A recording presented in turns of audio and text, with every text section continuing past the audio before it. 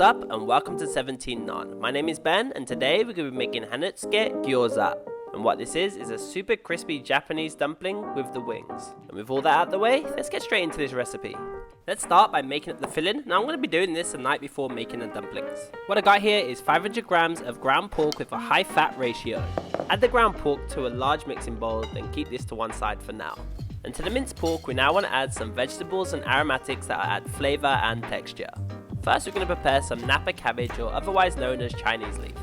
Separate the leaves, slice into strips, then finely dice. Cabbage usually contains quite a lot of water, therefore we want to remove some of that as we're not after a wet filling. Add the diced cabbage to a bowl, then add a pinch of salt. Then we want to mix the salt into the cabbage and this will remove some of the moisture. Let this sit for around 10 minutes and we can move on to the rest of the filling. Next we want to finely slice 2 spring onions. And when those are all chopped up, it's time to bring the filling together. To the pork add the green onions, drain the cabbage of any water then add this too. Grate and add around 5 grams worth of ginger.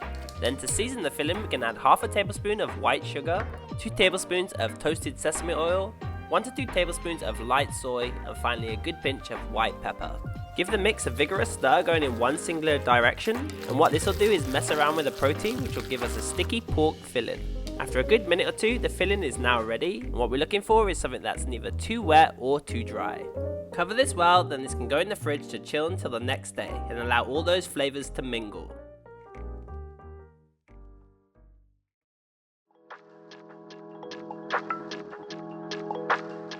It's time to get making some gyoza. First thing we want to do is to make up the wrappers.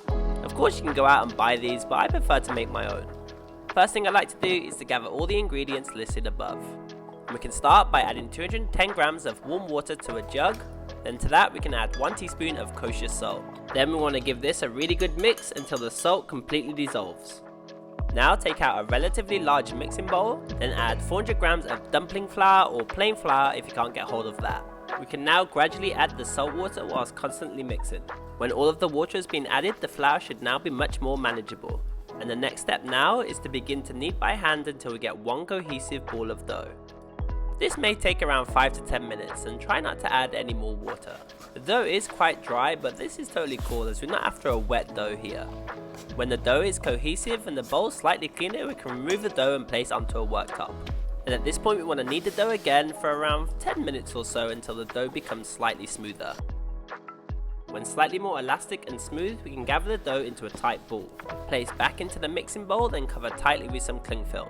And now we want to allow the dough to rest for 45 to 60 minutes. Fast forward and we're now ready to get busy. Take out the dough and we want to knead this again for around 5 minutes until nice and smooth. The dough should be much more manageable at this point, and after a few minutes of kneading, gather the dough back into a tight ball again. Divide and cut the dough up into 2 equal sized pieces, and now we can roll each piece into 2 equal sized logs. Continue to roll and we're looking for each piece to be around 2 inches in diameter, and after a couple of minutes the dough should now look a little something like this. And the next step now is to cut each log into 12 equal sized pieces, which will give us 24 pieces in total. When cut, we can now dust generously with some cornstarch and this will prevent the dough from sticking. And now we have our pieces, it's time to make up the wrappers. Take out one of the pieces of dough and simply flatten with your palm. Repeat this so we've got 24 pieces, then keep them to one side and cover tightly and this will prevent them from drying out. Now onto the final step of making these wrappers. Dust the worktop generously with some cornstarch, then take out one piece of dough. And from here we simply want to roll out the dough until we get a flat disc that's approximately the size of your palm. And the method I'm using here is rolling from the center outwards whilst constantly rotating the dough. And what this will do is give us a slightly thicker center that will hold the filling far easier. When ready, place the wrapper to one side and then we can repeat this process for the rest of the pieces of dough. And after an intense mini workout, we should now be left with 24 Gyoza wrappers. Keep the wrappers nice and covered and it's time to get making some dumplings.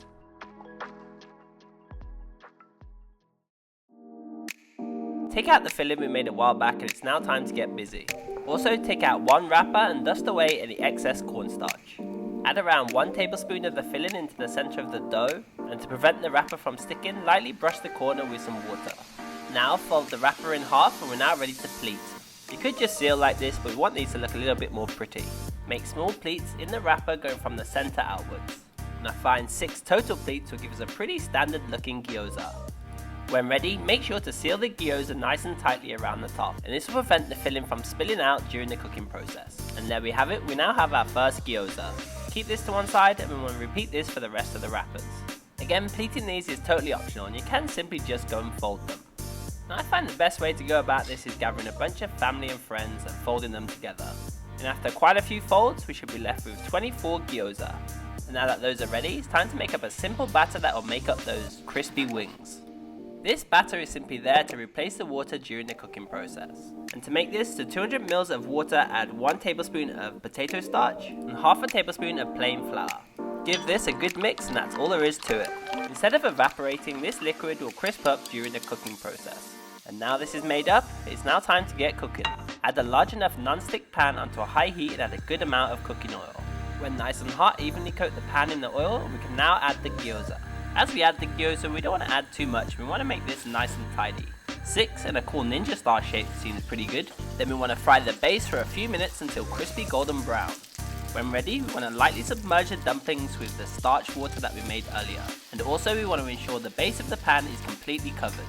Now all that's left to do is to place a lid over the top and steam the gyoza for around 6 minutes. Fast forward a few minutes and the wrapper should now be cooked. Looking good so far, but we still need to continue to cook from here.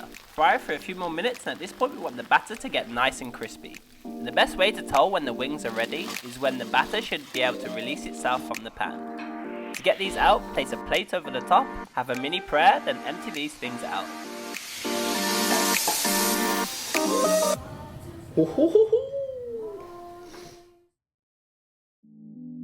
Before we dive into these gyoza, we want to make up a quick dipping sauce. In a small bowl, add 2 to 3 tablespoons of light soy, 1 tablespoon of sushi vinegar, and 1 to 2 tablespoons of chili oil or ryu.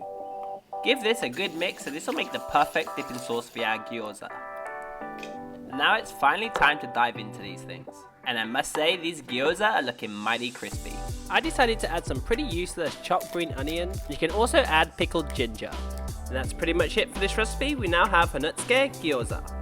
This batch of dumplings was super crispy and absolutely delicious. Thank you all for watching and I hope you guys enjoyed this recipe. And if you did, feel free to slap that subscribe button and that way you can keep in the loop for future recipes that I post up. Have fun making gyoza and I'll see you guys in the next episode. Take care and peace as always.